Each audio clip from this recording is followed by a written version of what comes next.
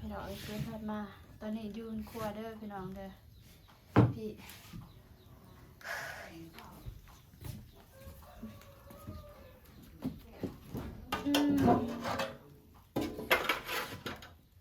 มาทำกับข้าวให้ซางวันนี้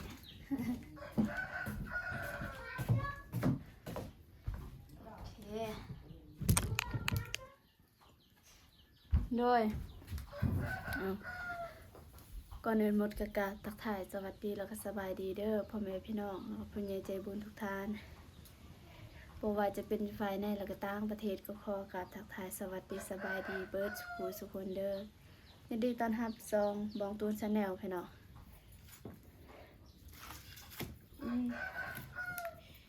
ใจป่ะชิมดละไหมเนี่ยบริษัทแต่ว่าสิทำกับข้าวก็คือเฮ็ดแนวกินแล้วบ่ให้เทพี่น้องขอน้องตักน้ำก่อนหรือเป็นไรSesuai pembelas ning plong lak kae. Las ya? Selas.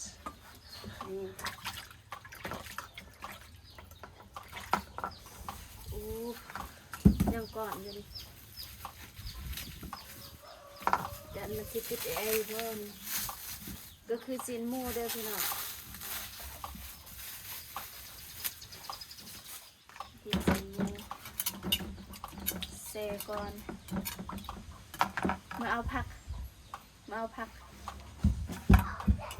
อยู่กับน้องตาเด้อพี่น้องไม่ได้ใส่ไม้บางอย่างนี่ใส่อยู่แต่ว่าใส่มืดทักทายก็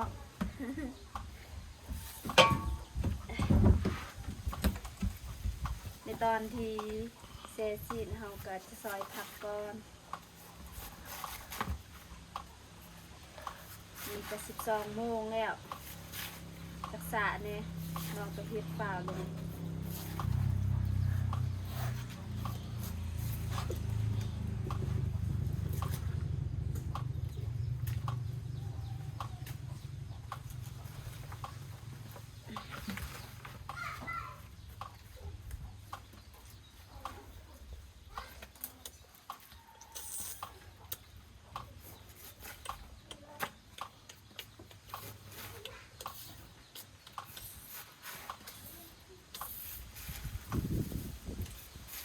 แดนมันสิติด AI เด้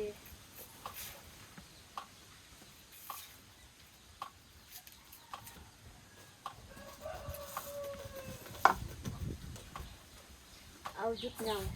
หยุดตะปัดเฮ้พี่น้องตอนนี้ล้างผักเด้อ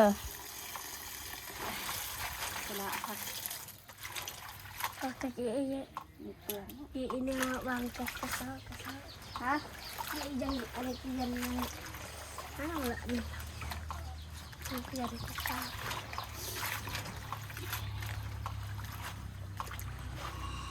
ผักอันนี้ก็ซื้อคือกันอันนี้แหละที่แบบเสเฮ็ดน้องอยากปลูกเองเลยแบบที่เฮาบ่ต้องซื้องานไผปลูกเองกินเองสบายตรงนี้นี่บักเผ็ดอีหยังบักเผ็ดบ่เลยว่าผักแม่กินแล้วอยากต้องไปซื้อหมดเพราะว่าเฮาปลูกเพราะว่าน้องบ่ได้ปลูกต้องมาบ่มีดินปลูก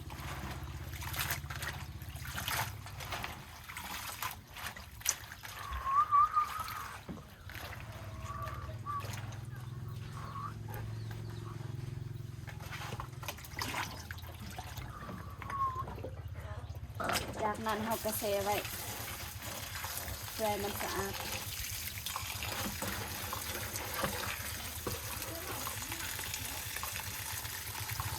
เอาหยุดจากนั้นเราก็สิมาหั่นชิ้นหมูนี่แข็งดิแข็ง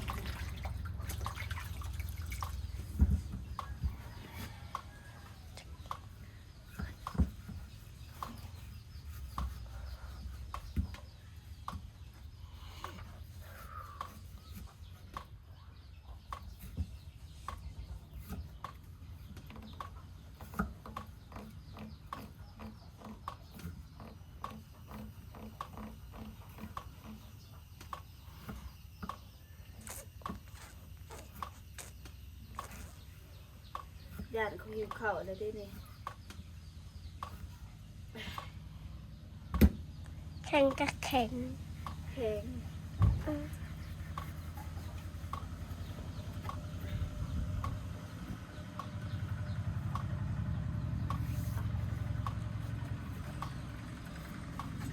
หลังจากที่น้องไทยคิดแล้วก็มาเฮ็ดกินคือคลิปที่อาตูนชาแนลนั่นแหละสองนั่น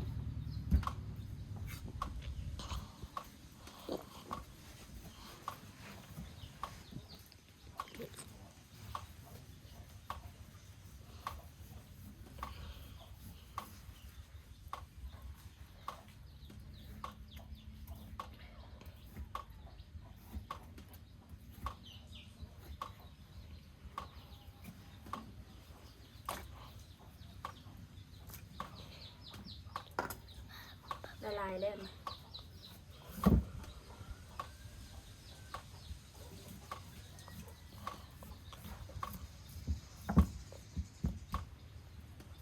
ยม ฮะ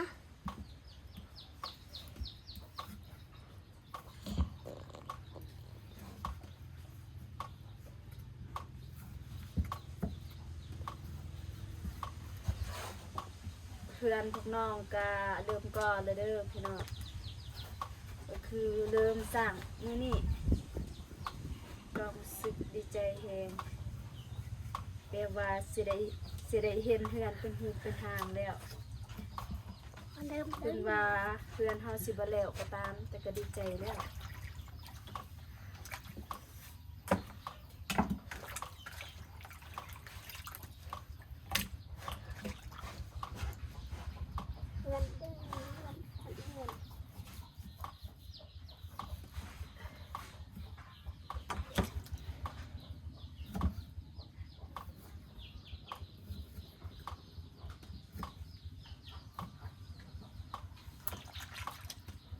เพียงพอแล้วสำนี้นี่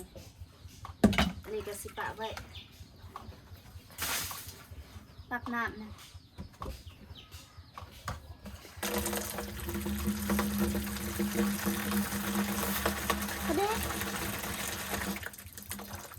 ใส่หนองลิตา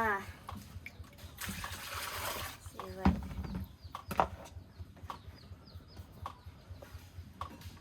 จากนั้นเราก็จะตำหมักเผ็ดบอ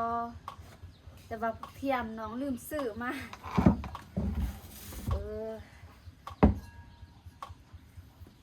อันล่าง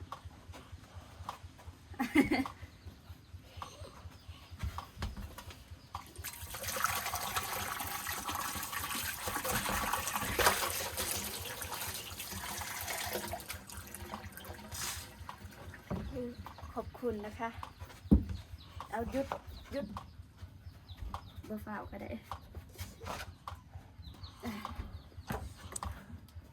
ได้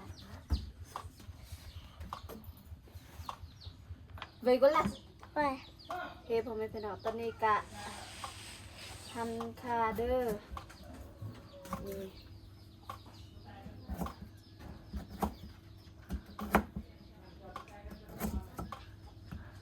อันนี้ก็อึดคือกันพี่น้องแล้วก็หอมจีนแมนบ่มีเพราะว่าเครื่องบ่ครบเด้อพี่น้องแล้วก็จุเค็ดนี่บ่มีขายแล้วก็หัวสิไข่อันนี้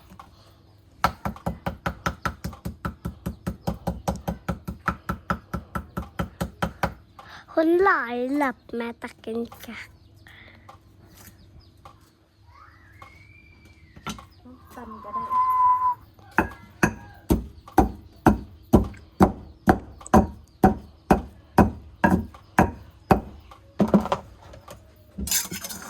نمكن لها نكك مكلا ولا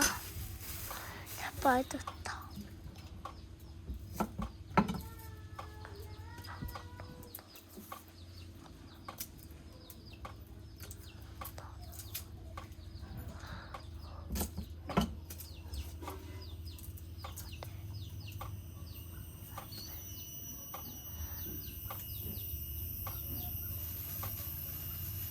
ล่างอันนี้ลองลิต้าล่างอันนี้ มีดูผักเขียว อันนี้ให้ผสมน่ะดึงเอาไว้เป็นแบบนี้ฮะ บางทีอันใส่บะลายเพราะว่าน้องกันยังสิใส่ข้างนอกก็คือข้าวนอกใส่บะลาย ใส่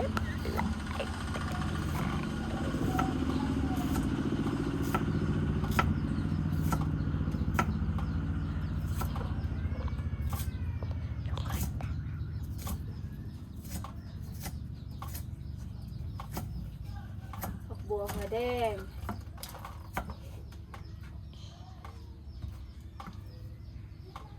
ใส่เลยใส่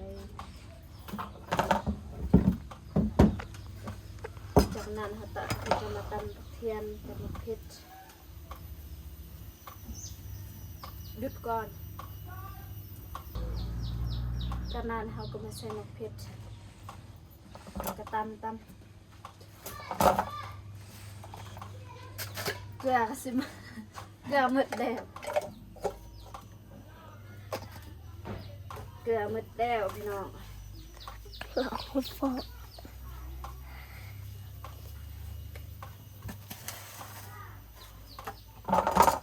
จากนั้นเราก็มาตำให้มุนเข้ากัน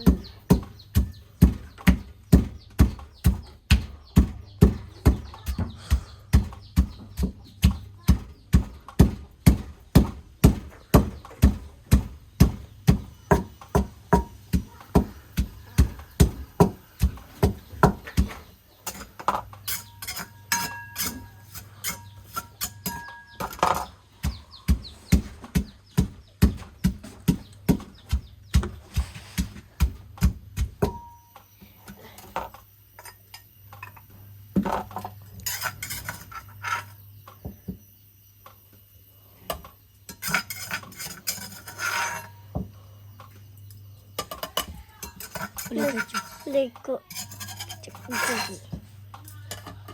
tomat tema teman ini mengata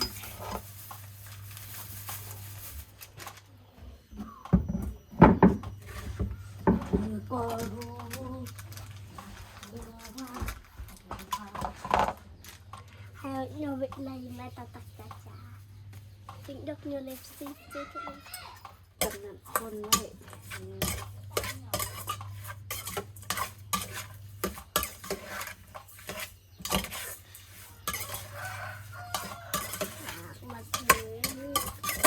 หูหอม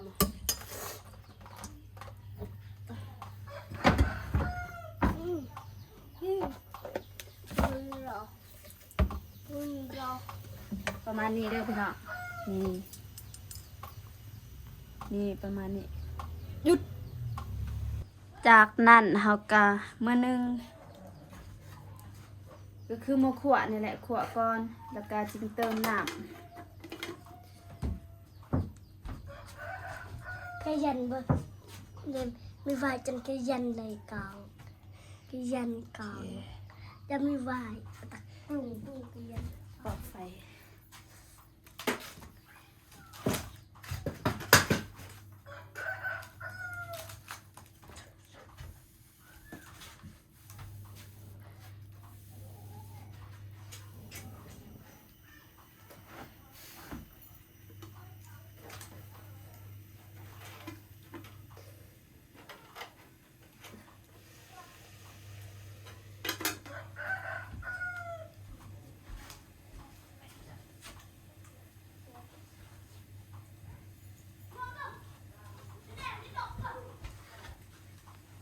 จากนั้นเราก็จะมาขั่วไว้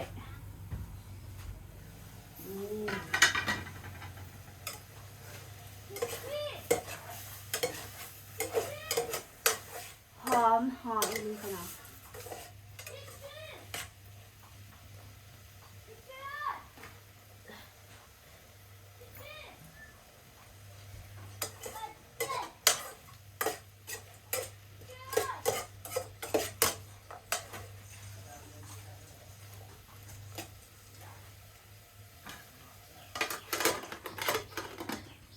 ไฟที่ประเฮ็ดลาย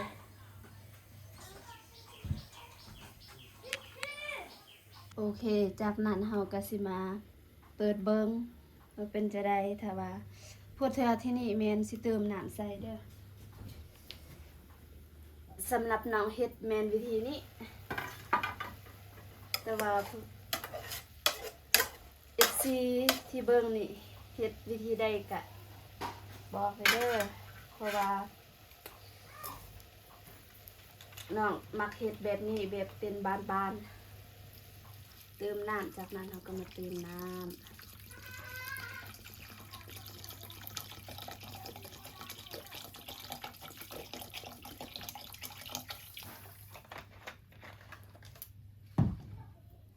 อุ้ยหนักเลยคนไว้นี่ประมาณนี้จากนั้นเราก็จะมาอัดไว้แล้วก็เราจะเป่าไฟนี่ลายขึ้นแห้งขึ้นนี่แหละเพราะว่าเราได้เติมน้ำแล้ว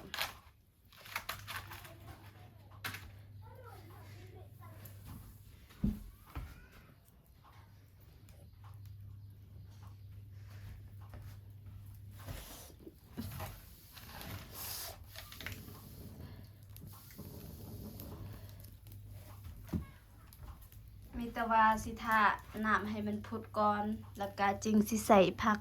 แล้วก็ใส่เครื่องหอมนี่แหละโอเค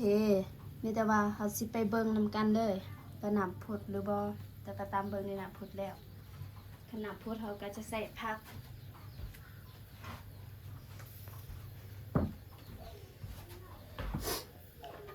อู้นี่พี่น้องอู้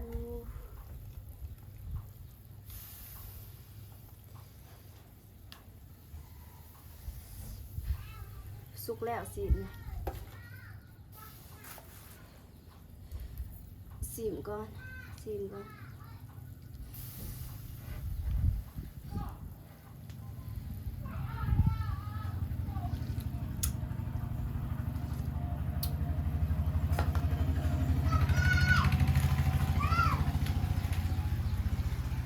จากนั้นเขาก็จะใส่ผักที่เขาได้ล้างแล้วก็แช่ไว้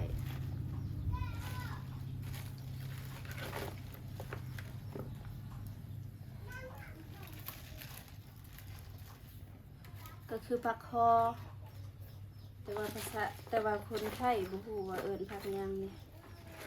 แต่ว่าลาวนี่ผักกาดฮ้อ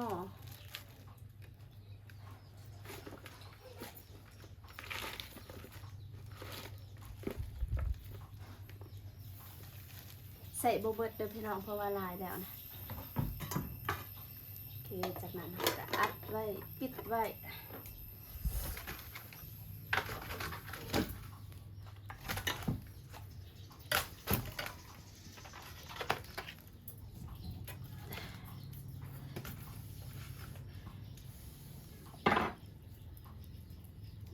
อิงกาถาไว้จนพดแล้วก็สิอินเบื้อง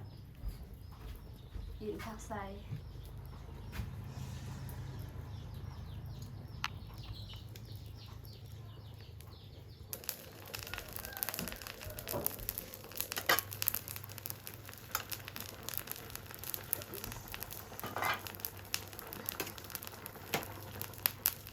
Chen aja, harau kami cukur lah. จะอบ Chen này thỏ không chưa trả. กูเลยเตรียมอะไรทันหัดจ่าจัวเป็นนายอัน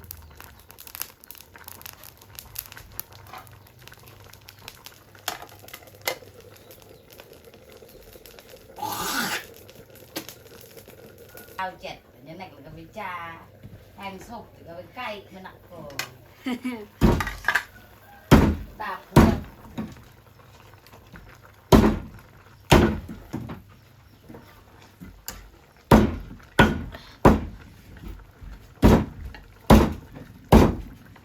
Xả chả. สะอาดใส่ผัก Xin thầy khếp của sao. nào cô chào mình bờ bể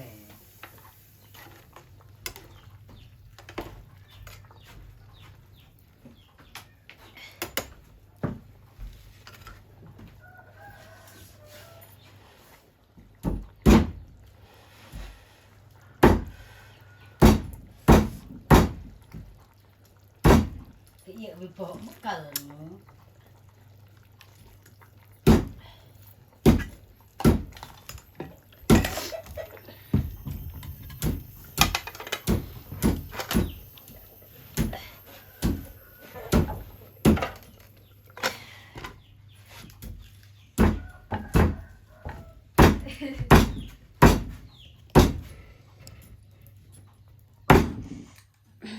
โอเคพ่อแม่พี่น้องเรียบร้อยเฮ็ดกินเรียบร้อยบ่ฮู้ว่าแซ่บหรือบ่สิไปเอิ้นทางทีมงานเฮ็ดเทือนจะเพิ่มอีก1คนเพราะว่าตอนเช้านี่ก็คือน้องชายของไอ้ตูนเพิ่นนั่นแหละก็คือตอนเช้านี่ทางเพิ่นฉีดยาแล้วก็เพิ่นฉีดยาแล้วจากนั้นเพิ่นก็มาก่อซวยคือน้องชายแบบอยู่เฮือนร่วมกันนี่แหละกินข้าวกินน้ำทำการ